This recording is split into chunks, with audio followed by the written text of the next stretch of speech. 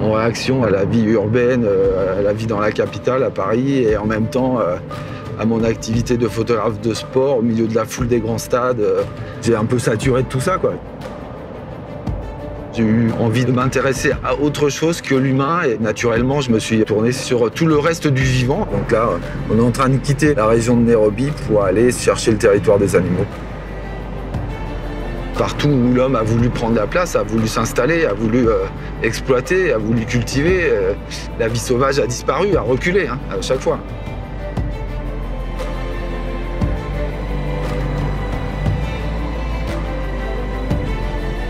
Je ressens moins de danger à saisir l'intimité des animaux sauvages qu'à vivre parmi les hommes.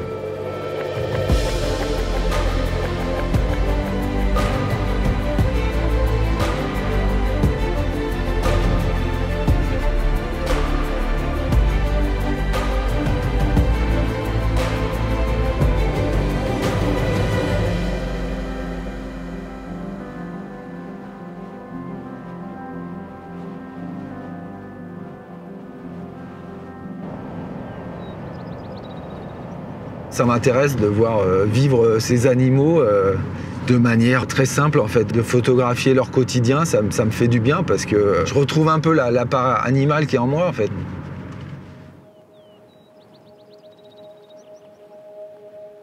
Je pense qu'on peut parler d'une allure sauvage qui va être l'expression d'une attitude et aussi d'une prestance. L'animal sauvage a cette présence incroyable. Moi, à chaque fois, je suis complètement fasciné par cette allure sauvage. Ouais.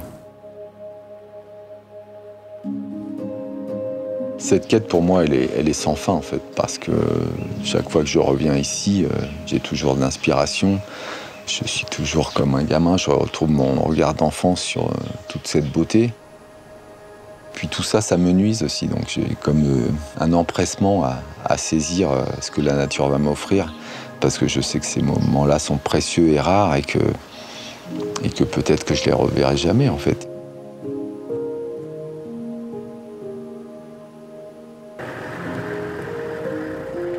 Hi, Noah.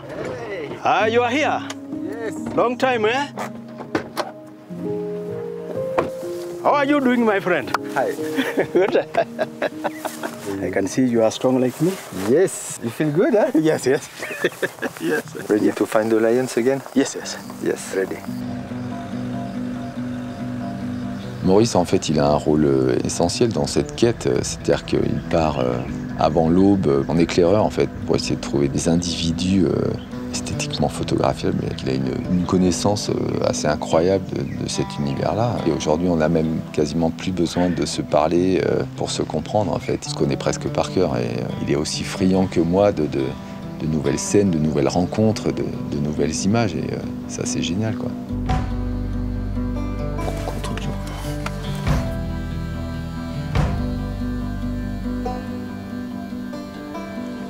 L'arbre est mou.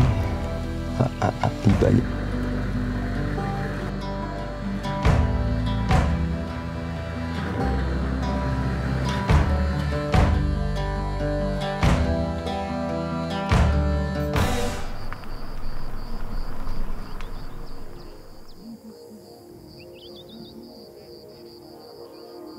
Lions are actually one of the most iconic species.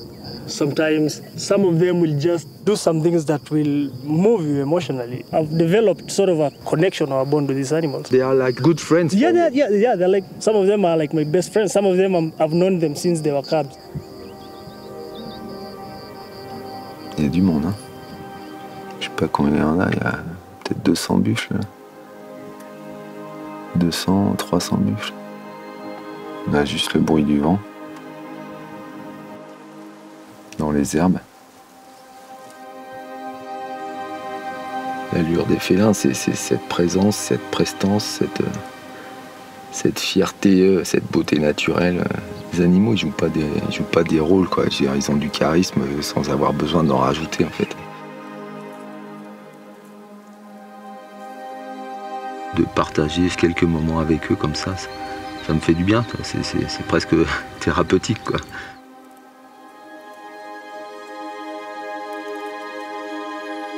Il y a quelque chose d'assez spécial ici, c'est que Tous ces animaux vivent en harmonie, dans une cohabitation pleine de sérénité en fait. Ça te fait un peu oublier qu'il peut y avoir effectivement, avec les grands prédateurs qui sont tout autour, des moments incroyables de férocité et en même temps sublimes, parce que ça fait partie de ce cycle de la vie et de la mort dans cet environnement-là.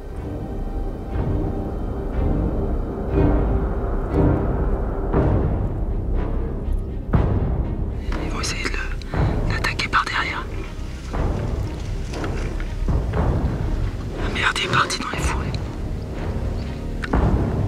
Regarde ça. Elle lui saute dessus et essaie de le coincer. Elles ont pas réussi. Incroyable. Elles l'ont couché, ça y est. Là, on est au cœur de l'action, on peut pas être plus près, on peut pas être mieux. Hein. Deux mâles, je pense que c'est deux frères, hein. C'est beau.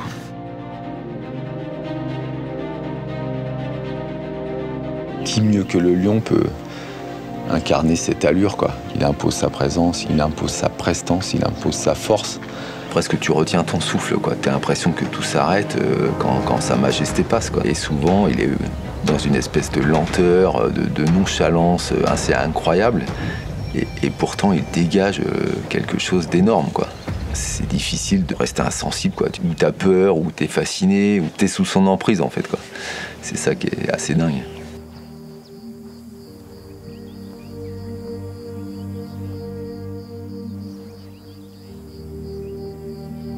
Avec les lions, c'est vraiment flagrant parce que t'en as pas un qui se ressemble en fait. Et tu vois qu'ils ont chacun une personnalité. C'est ça que j'aime vraiment.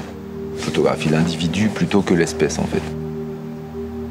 Aller chercher le trait de caractère d'une gueule, une expression, un regard. Souvent les gens me disent oh, mais ça me rappelle mon père ou mon grand-père ou un acteur célèbre.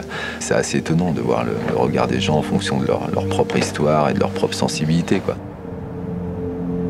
Je peux être vraiment très touché à la fois par la beauté du monde sauvage et par sa fragilité en fait, face à toutes les menaces qui pèsent sur lui, quoi.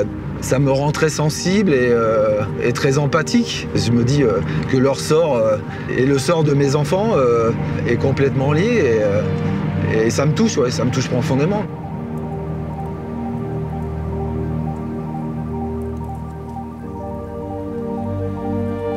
Cette beauté-là, elle m'inonde, donc quand on est baigné, t'as envie de la montrer et t'as envie que les gens s'imprègnent de ça, se nourrissent de ça, de toute cette beauté qui moi, me fait du bien et je pense que je suis pas le seul dans ce cas. Et je suis un éternel optimiste, donc j'ai toujours l'espoir qu'on va pouvoir changer les choses. Je ne sais pas si une image ou 1000 images peuvent changer les choses, mais si j'avais un fusil, ça ferait un mort, mais avec un appareil photo, ça fait un éternel, quoi.